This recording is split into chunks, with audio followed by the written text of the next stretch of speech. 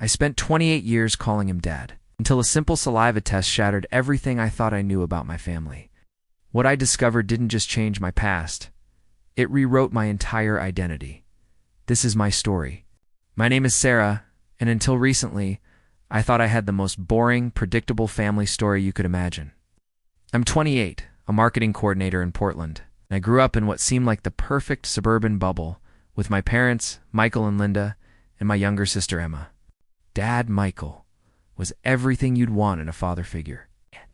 He coached my little league team, attended every school play, and spent countless Saturday mornings teaching me how to change a tire in our driveway. He had this way of making me feel like I could conquer the world, you know? "You're my girl, Sarah," he'd say, ruffling my hair. "You've got that determination, just like me." And I believed it. God, I believed every word. Mom met Dad when she was just 19, working at a coffee shop downtown. She'd tell the story with this dreamy look in her eyes. How this handsome construction worker with calloused hands and the kindest smile would come in every morning. At 7:15 sharp, ordering the same black coffee and blueberry muffin, it took him 3 weeks to work up the courage to ask for her number. He was so nervous Mom would laugh. His hands were actually shaking when he wrote his number on a napkin. They dated for 2 years before getting married in a small ceremony at the local church. I came along when Mom was 22, and Emma followed 3 years later. We were the definition of a nuclear family. Sunday dinners, family vacations to Yellowstone, Christmas mornings that looked like Hallmark commercials. Dad worked construction his whole life, coming home every evening with dirt under his fingernails and stories about his crew. He wasn't the most educated man. He dropped out of high school to help support his own family, but he was wise in ways that mattered. He taught me about integrity, about keeping your word, about how hard work was the only real currency in life. "College is important, kiddo," he'd tell me while helping with homework, "but character is everything. You can lose your job, your house, your money, but if you've got character, you can rebuild anything." I worshipped him. Emma did too, but in a different way. She was always more independent, more questioning. I was Daddy's girl through and through. When other kids complained about their fathers, I felt genuinely sorry for them. I had won the dad lottery. The physical resemblance was never really there. I knew that. Dad was tall and broad-shouldered with dark hair and these intense brown eyes. I was petite like Mom, with her blonde hair and blue eyes. Emma looked more like Dad, actually. She got his height and his darker features. But genetics are weird, right? Figured I just took after Mom's side of the family. There were little things, though. Things that didn't quite add up, but I pushed them aside because... because I loved my family exactly as it was. Like how Dad would get uncomfortable whenever we'd watch those ancestry shows on TV. Mom would get excited about tracing family trees, but Dad would always find an excuse to leave the room. Bunch of nonsense, he'd mutter. "You are who you choose to be, not who your great-great-grandfather was." Or how he'd change the subject whenever I'd ask about his side of the family. His parents had died when I was young, and he claimed to be estranged from his siblings. Some families are just broken, Sarah. We focus on the family we've built, not the one we came from.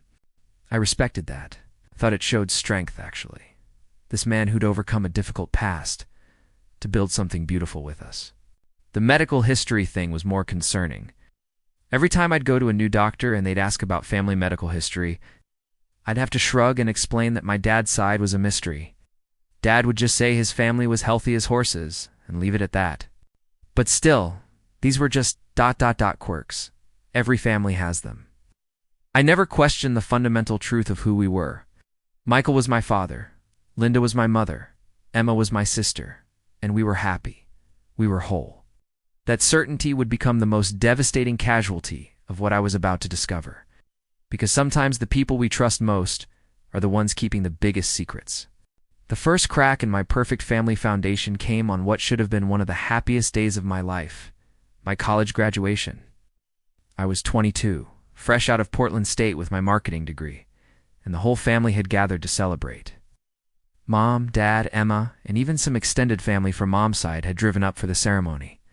We were all crowded around a restaurant table afterward, passing around photos and laughing about my mortarboard falling off during the walk.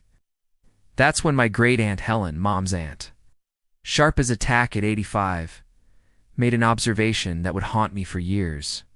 "You know," she said, squinting at me over her glasses, "Sarah doesn't look like either of you at all, does she?" She turned to my parents with genuine curiosity. "I mean, Linda, she's got your coloring, but the bone structure. Michael, she doesn't have your features at all. And Emma looks just like you, Michael. Isn't genetics funny?" The table went dead silent for about 3 seconds. Mom started laughing, this forced, too bright laugh, and waved her hand dismissively. "Oh, Aunt Helen, you know how genetics work. Sarah takes after my grandmother's side. Remember how petite Grandma Rose was?" Dad didn't laugh. He didn't say anything at all, just stared down at his plate like it held the secrets of the universe. His jaw working in that way it did when he was stressed about work. "Of course," Aunt Helen said, but I caught her glancing between Dad and me with this puzzled expression. "I just always thought children usually resembled at least one parent strongly, you know?" The moment passed. We moved on to talking about my job prospects and Emma's upcoming senior year of high school. But something had shifted. For the first time in my life, I found myself really looking at my family. I mean, really looking. Emma was almost a carbon copy of Dad. Same strong jawline, same deep-set brown eyes, same way of raising one eyebrow when she was skeptical about something. Standing next to each other, there was no question, she was his daughter. But me, I studied myself in bathroom mirrors for weeks after that dinner. I tried to find Dad in my features and my expressions. In the way I moved, nothing. It was like looking for his reflection in still water. No matter how hard I searched, he just wasn't there. I started noticing other things too. Things that had been there all along, but I'd never really processed. Like how Dad would get this weird, panicked look whenever I'd bring home school projects about family trees or genetics. In high school, I'd wanted to do my biology project on inherited traits, comparing my family's features and characteristics. Dad had immediately suggested I pick a different topic. "Why don't you do something about plants?" he'd said, his voice just a little too casual. "Or maybe ocean currents. Those are interesting." At the time, I'd thought he was just being practical. Now I wondered if there was something else going on. Then there were the photos. We had hundreds of family photos, but I started noticing a pattern. In almost every picture from when I was a baby, Dad looked uncomfortable. Not unhappy exactly, but like he was trying too hard. His smiles seemed forced, his body language stiff. With Emma's baby photos, he looked natural, relaxed, genuinely joyful. The medical history thing started bothering me more too. When I was 24, I'd gone to a new gynecologist who was really thorough about family health backgrounds. When I explained that my dad's medical history was unknown, she'd frowned. "That's unusual," she'd said. "Most people know at least some basic information about their parents' health, as he never mentioned anything about his family's medical issues." I'd defended him, of course. His family wasn't close. He doesn't like to talk about the past. But driving home, I'd felt this nagging unease. What kind of person doesn't know anything about their own family's health? More importantly, what kind of father doesn't share that information with his children, especially his daughters? The breaking point came during Christmas when I was 26. We were all gathered around the tree, opening presents, when Emma pulled out this Ancestry DNA kit she'd received from her boyfriend. "Oh, cool," she said, reading the box. "We could find out about our heritage, maybe discovered some long-lost relatives." The reaction was immediate and intense. Dad's face went white, actually white, like someone had physically drained the blood from his cheeks. His hand tightened around his coffee mug so hard, I thought it might shatter. "Those things are garbage," he said, his voice sharp in a way I'd never heard before. "Complete waste of money. And they're not safe. You're just giving your DNA to some corporation to do God knows what with." Emma laughed. "Dad, you sound like one of those conspiracy theorists. It's just for fun." "It's not fun, Emma. It's invasive, and it's dangerous." He stood up abruptly, his chair scraping against the hardwood floor. "Promise me neither of you will ever use one of those things." Mom looked as shocked as Emma and I felt. "Michael, honey, calm down. Just promise me." His voice was deadly serious, almost threatening. "Both of you. Promise me you won't do it." We promised, of course. What else could we do? But the moment had shattered something in our family dynamic. Emma and I exchanged looks that said everything. This wasn't normal dad behavior. This was the reaction of a man who was terrified of something. That night, lying in my childhood bedroom, I couldn't shake the feeling that my entire life had been built on some kind of lie. The man I'd called Dad for 26 years, the man I'd trusted with every secret and fear and dream, was hiding something massive from us. For the first time in my life, I started wondering if Michael really was my father at all. Music builds to a crescendo of uncertainty and tension. The thought terrified me. But once it was there, planted in my mind like a seed, I couldn't make it stop growing. For months after that Christmas incident, I felt like I was living in two realities. There was the surface reality, going to work, grabbing drinks with friends, calling Mom every Sunday, and then there was this underground current of doubt that colored everything I did. I'd catch myself studying Dad's hands when he'd gestured during dinner conversations, looking for some similarity to my own. I'd analyze old home videos, searching for moments of genuine connection versus what now seemed like performed affection. I even went so far as to research typical father-daughter resemblances online, convincing myself I was being ridiculous while simultaneously feeding my growing suspicions. The worst part was the guilt. This man had raised me, loved me, supported every dream I'd ever had. He'd walked me through my first heartbreak, helped me move into 3 different apartments, and still called me every Wednesday just to check in. What kind of ungrateful daughter questions that kind of devotion? But the questions wouldn't stop coming. Emma noticed something was off during one of our sister coffee dates in March. We were sitting in our favorite cafe downtown when she suddenly leaned forward and said, "Okay, what's going on with you lately? You've been weird since Christmas." "Weird how?" I asked, though I knew exactly what she meant. "You keep staring at Dad like you're trying to solve some puzzle, and you asked me 3 separate questions last week about when I was born and how long Mom and Dad dated before they got married. Sarah, what's up?" I almost told her everything right then. Emma and I had always been close, despite the age gap. She was the practical one, the one who could look at situations objectively without getting swept up in emotions like I did. But something held me back. Maybe it was the knowledge that if I was wrong, I'd have destroyed our family's peace of mind for nothing. Or maybe it was the fear that if I was right, Emma would never look at any of us the same way again. "I'm just curious about family stuff," I said weakly. "You know how some people get interested in genealogy and family history as they get older?" Emma raised an eyebrow. Dad's eyebrow, I noticed, with a pang. "Since when do you care about genealogy, and why are you asking me instead of Mom and Dad?" I didn't have a good answer for that. The decision to get the DNA test didn't happen in one dramatic moment. It was more like water slowly eroding a dam until the whole thing finally collapsed. The final straw came in late April. I'd been having some health issues.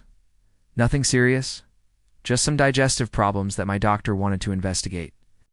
During my appointment, she asked again about family medical history, specifically about autoimmune conditions. It would really help to know if there's any history of Crohn's disease, celiac disease, or similar conditions on either side of your family, Dr. Martinez explained. These things often have genetic components. I gave her the same answer I'd been giving doctors my whole life. Mom's side was clean. Dad's side was unknown.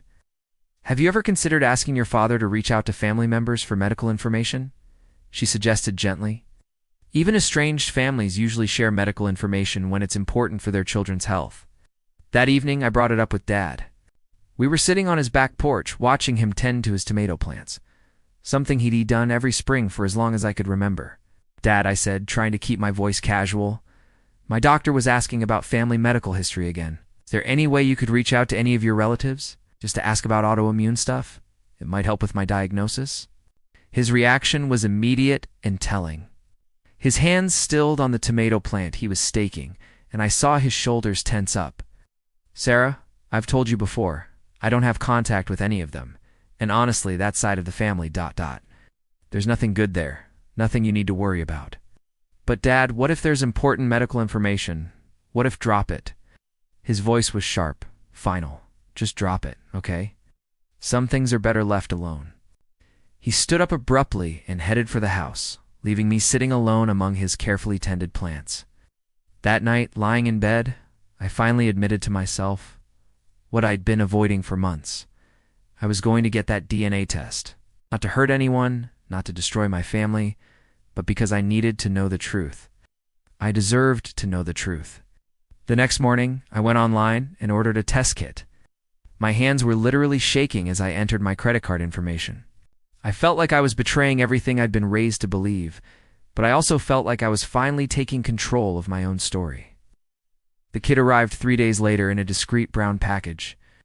I stared at it for almost an hour before opening it, reading and rereading the instructions like they were written in a foreign language. The actual process was anticlimactic, just spitting into a tube and sealing it up. But as I dropped the package into the mail slot at the post office, I felt like I was mailing away my entire identity. The waiting period was torture. According to the website, results would take 4 to 6 weeks. I checked my email compulsively, jumping every time my phone buzzed with a notification. I couldn't concentrate at work. I snapped at friends for no reason. I avoided family dinners, making excuses about being busy with projects or feeling under the weather. Mom started asking if I was okay, if I needed to talk about anything. "You seem distant lately," she said during one of our phone calls. "Is everything all right with work, with dating? You know you can talk to me about anything, right?" The irony was devastating. Here was my mother, offering to listen to anything I wanted to share, while I was secretly investigating whether her husband was actually my father. "I'm fine, Mom," I lied. "It's just stressed about some work stuff. It'll pass." During week 5 of waiting, I started having dreams about the results.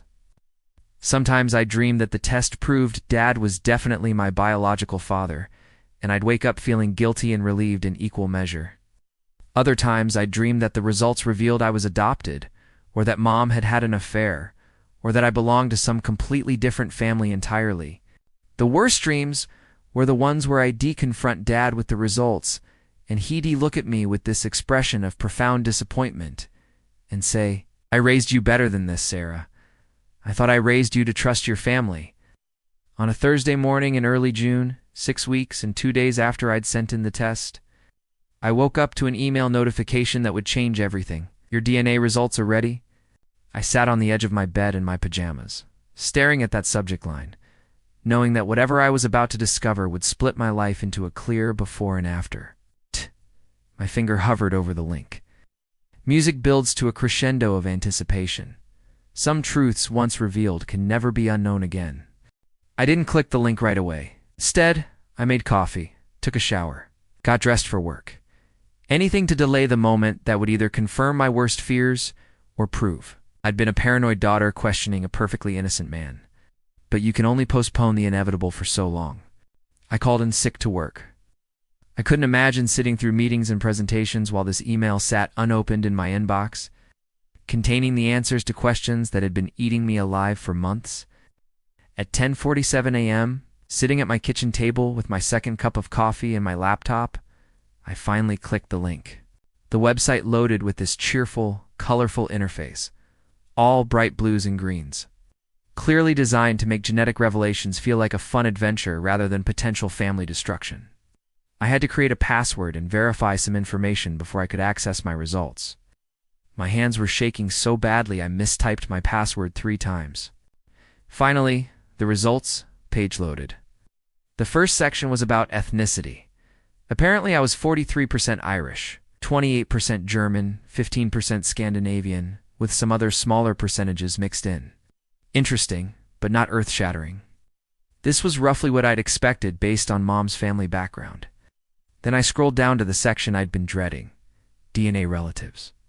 The page explained that they'd found people in their database who shared genetic markers with me, indicating various levels of family relationships.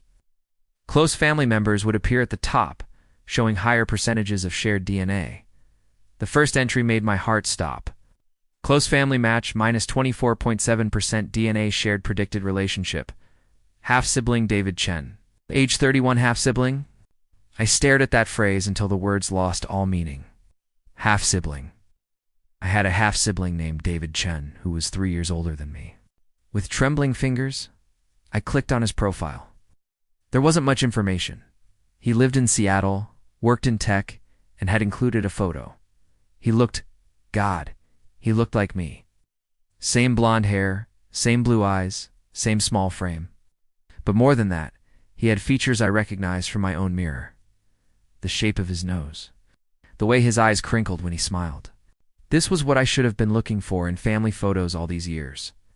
Not similarities to Dad, but similarities to this stranger who shared 24.7% of my DNA. I scrolled down frantically, looking for other matches. There were several more. Margaret Chen, age 58 to 49.2% DNA shared. Predicted relationship. Mother Robert Chen, age 62 to 51.1% DNA shared. Predicted relationship.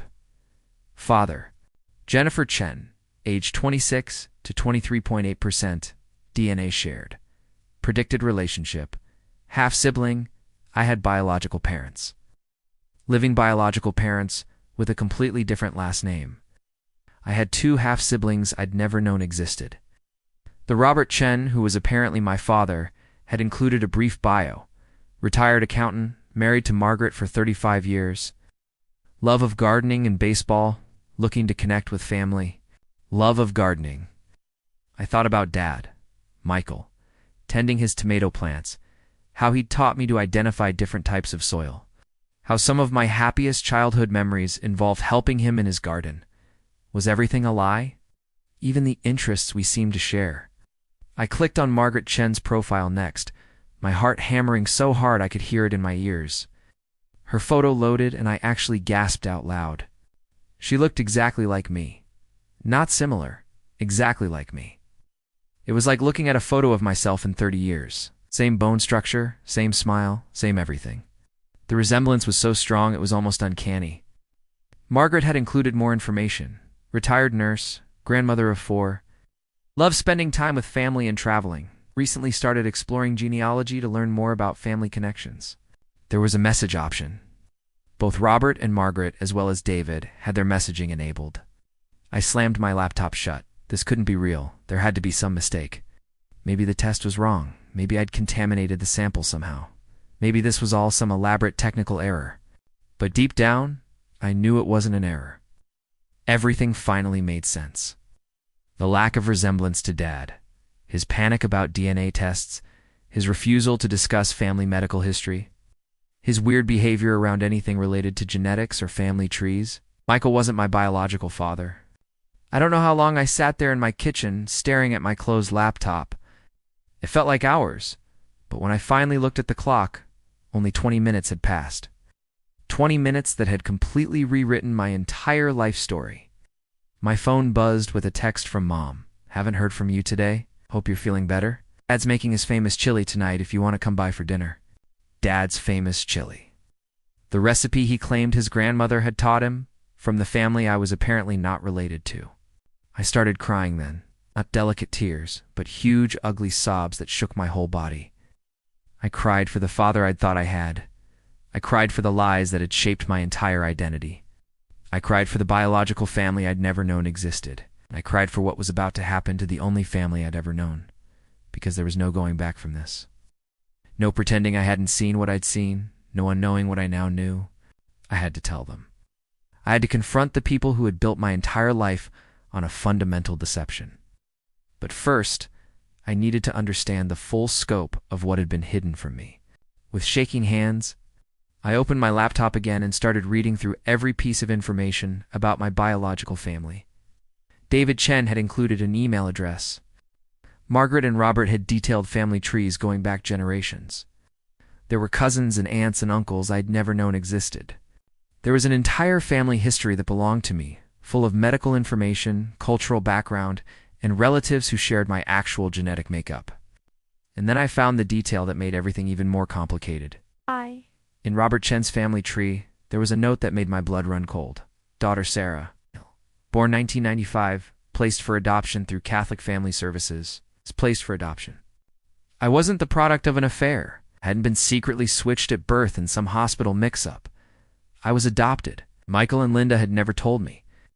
Music swells with a mixture of devastation and revelation. 28 years of lies were about to come crashing down around all of us.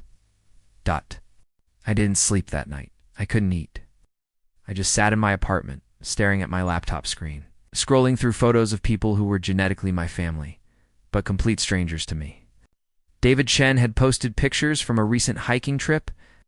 Margaret Chen had shared photos of her grandchildren, my biological nieces and nephews at a birthday party. Robert Chen had uploaded images of his garden, full of vegetables I couldn't identify, but that he'd obviously cultivated with the same care he'd watched Michael put into his tomatoes. By 3 a.m., I'd constructed an entire alternate life story in my head. What if I'd grown up with the Chens? Would I have been different? Would I have inherited Robert's love of baseball instead of Michael's passion for building things? Would I have learned Margaret's nursing skills instead of Linda's talent for organizing community events? But the hardest part was looking at photos of David and Jennifer, my half-siblings. David looked confident and successful in his tech job photos. Jennifer appeared to be some kind of artist, with pictures of paintings and gallery openings. They looked happy. They looked like they belonged together. They looked like the siblings I should have grown up with. I spent the next 2 days in a fog, calling in sick to work again and ignoring calls from my parents. I knew I had to confront them, but I couldn't figure out how to start that conversation. How do you ask your parents why they never mentioned you were adopted? How do you demand explanations for a lie that spans your entire existence? The decision was made for me on Saturday morning when Mom showed up at my apartment, unannounced. "Sarah Elizabeth," she said, using my full name the way she had when I was in trouble as a kid. "You've been avoiding us for 3 days? Your father is worried sick, and frankly, so am I. What is going on?" She was standing in my doorway in her Saturday gardening clothes, old jeans and one of Dad's construction company t-shirts, looking every inch the concerned mother she'd always been. The mother who had apparently been lying to me for 28 years. "Come in," I said quietly. She followed me to the living room, and I could see her taking in the evidence of my emotional breakdown. Tissues everywhere. My laptop still open to the DNA website, empty coffee cups covering every surface. "Honey, what happened? Are you sick? Did something happen at work?" I turned my laptop screen toward her. I took a DNA test. The color drained from her face so quickly I thought she might faint. She sank down onto my couch without taking her eyes off the screen, where Robert Chen's profile was still displayed with that devastating note. Daughter Sarah. Born 1995, placed for adoption through Catholic Family Services. "Oh," she whispered. "Oh no." "Mom." My voice came out steadier than I expected. "I need you to explain to me why my biological father is a man named Robert Chen, and why there's a record of me being placed for adoption when I've spent my entire life thinking Michael was my dad, and you and he were my biological parents." She started crying immediately. Not the controlled tears of a parent dealing with a difficult situation, but the broken sobs of someone whose worst nightmare was coming true. "Sarah, I can explain." "Then explain." I sat down across from her, trying to keep my voice calm, even though I felt like I was falling apart inside. "Explain why you lied to me for 28 years. She took a shaky breath, wiping her eyes with the back of her hand. "We didn't mean for it to go on this long. We always planned to tell you, but there never seemed to be a right time, and you were so happy, and we were so scared of losing you." "Losing me?" The words came out harsher than I intended. "I was your daughter. How could you lose me by telling me the truth? Because we weren't sure you'd understand." Her voice was small, vulnerable in a way I'd never heard before. "Sarah, I was 19 when we got you. 19 and desperate to be a mother, and Michael and I had been trying for 2 years with no success. We thought we might never have children." She paused, seeming to gather her courage before continuing. "Your biological mother? Margaret? She was 17 when she got pregnant with you, a senior in high school with college plans and parents who weren't supportive. She wanted to place you with a family who could give you everything she couldn't, and you decided to pretend I was your biological child. The social worker suggested it might be easier for you if we presented as a traditional family unit." This was 1995, Sarah. Adoption wasn't talked about the way it is now. There was still stigma, still questions. We thought we were protecting you. I felt anger rising in my chest like a tide. Protecting me from what? From knowing where I came from? From understanding my medical history? From having the chance to know my biological family? Your biological parents were kids, Sarah? Robert was 18, Margaret was 17. They weren't ready to be parents. Made the hardest decision of their lives to give you to us. That's not the point. I was shouting now, months of confusion and hurt pouring out of me. The point is that you lied.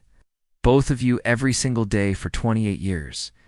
Every time I asked about Dad's family medical history, Every time I wondered why I didn't look like either of you, every time I filled out forms asking for parents' names and birth dates, all of it was a lie. Mom was crying harder now. "We love you so much, Sarah. You have to believe that. Everything we did because we love you." Then why did Dad freak out about DNA tests? If you really thought you were doing the right thing, why was he so terrified of me finding out? She looked down at her hands. Michael was scared, more scared than I was. His own father left when he was young, and he was terrified that if you found out he wasn't your biological father, you'd stop seeing him as your real dad. So instead, he decided to lie forever. He decided to love you forever. And he has, Sarah. Whatever you're feeling right now, whatever you think about us, please don't doubt that Michael loves you as much as any biological father could love his daughter. I wanted to stay angry, wanted to hold on to the rage because it felt safer than the crushing sadness underneath it. But hearing the pain in my mother's voice, seeing how devastated she was, made it impossible to maintain that fury. "I have siblings," I said quietly. "David and Jennifer Chen. I have biological parents who are still alive who have been wondering about me for 28 years. I have an entire family history that belongs to me, and you kept it from me." "What are you going to do?" she asked.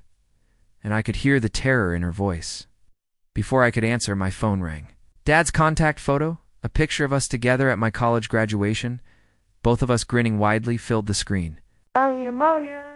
"He knows you're here," I said to Mom. She nodded. "I told him I was coming to check on you." I answered the phone. "Hi, Dad. Sarah?" His voice was strained, worried. "Your mom's been there a while. Is everything okay?" I looked at Mom, still crying on my couch, then at my laptop screen showing the family I'd never known existed. "Dad," I said, "I think you need to come over. We need to talk." There was a long pause. Then quietly, "You took the test, didn't you?" "Yeah," I whispered, "I took the test. I'll be right there."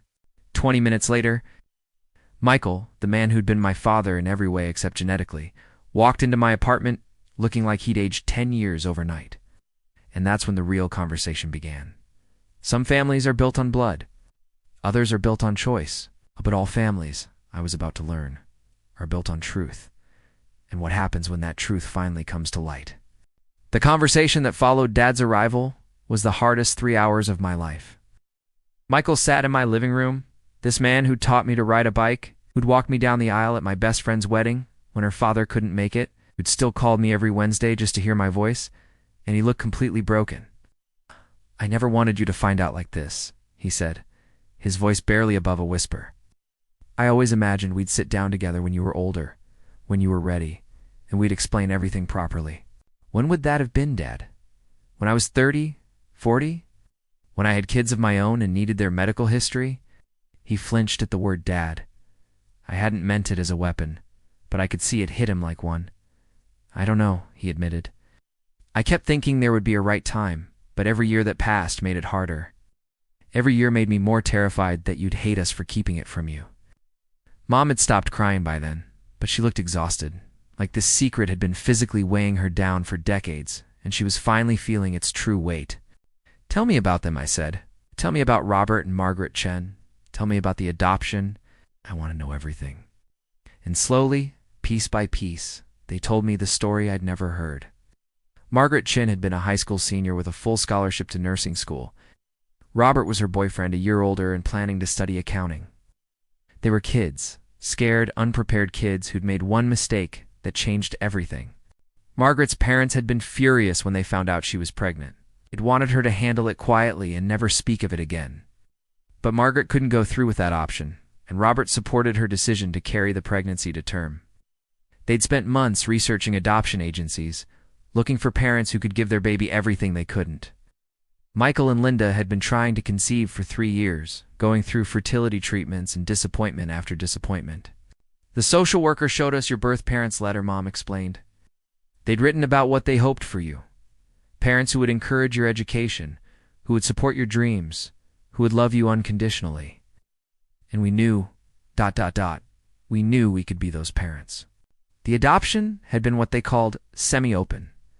Robert and Margaret received updates and photos for the first few years, but there was no direct contact.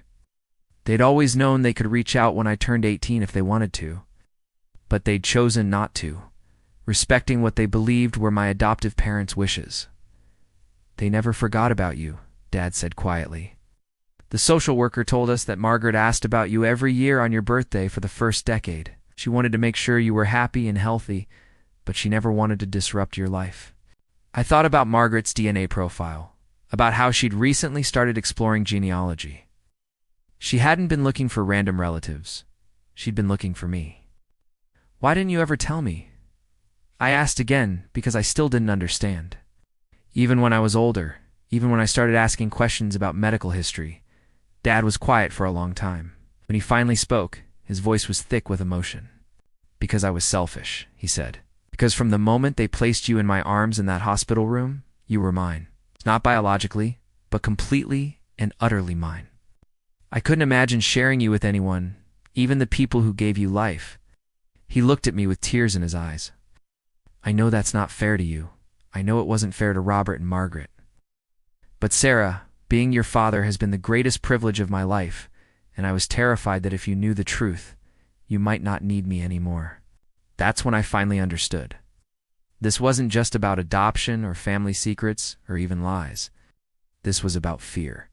The fear of a man who'd found his purpose in loving a child who wasn't genetically his, and who couldn't bear the thought of losing that connection. Dad, I said, and this time I used the word intentionally, warmly. You raised me. You loved me. You were there for every scraped knee and broken heart and triumph and failure.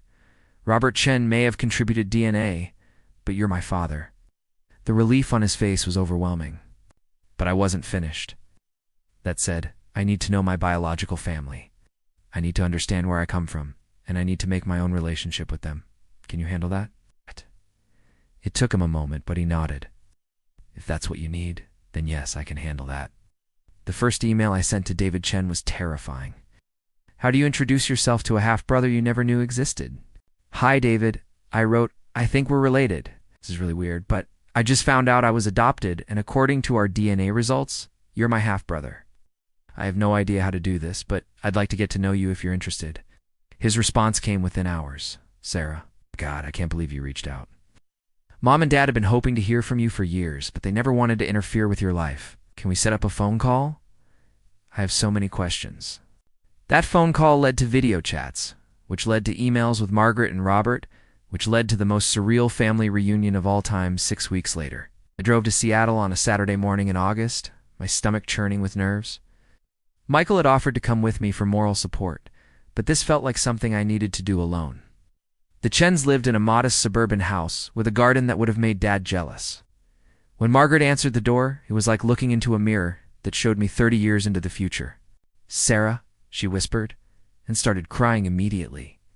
Robert appeared behind her, a quiet, gentle man who had the same blue eyes I saw in my mirror every morning. David and Jennifer were there too, and the resemblance was unmistakable. We were clearly related, clearly family in a way that went beyond just genetics. But here's what surprised me. I didn't feel instantly connected to them. Didn't feel like I'd found my real family or like this was where I belonged. They were lovely people, and I could see parts of myself in their faces and mannerisms, but they were also strangers. Margaret and Robert had built lives without me. They'd raised David and Jennifer, built careers, created traditions and inside jokes and family dynamics that I'd never been part of. I had medical history and genetic traits in common with them, but I didn't have shared memories that belonged to the family that raised me. Over the following months, I developed relationships with my biological family. David and I bonded over our shared love of hiking. Jennifer taught me about art and painting techniques I'd never been exposed to. Margaret shared family medical history that finally gave my doctors the information they'd always needed. Robert sent me seeds from his garden and detailed instructions for growing vegetables I'd never heard of. They welcomed me with open hearts, but they never tried to replace the family I already had. Margaret, especially, seemed to understand the complexity of the situation. We gave you to Michael and Linda because we wanted you to have parents who could love you completely, she told me during one of our video calls.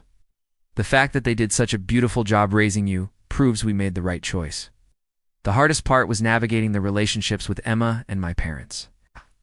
Emma was initially hurt that I hadn't told her about my suspicions, but she adapted quickly to having additional extended family members.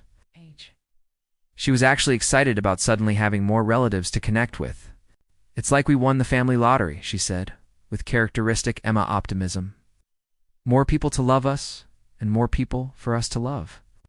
Mom struggled more than Dad with me developing relationships with the Chens, but she tried to be supportive. She even agreed to meet Margaret over coffee, which was initially awkward, but eventually became something resembling friendship. I spent 28 years being afraid of her, Mom admitted to me after their third coffee date. I thought she'd try to take you away from us, but she just wanted to know that you were happy and loved. She's not trying to be your mother. She knows I already am. Dad handled it better than anyone expected.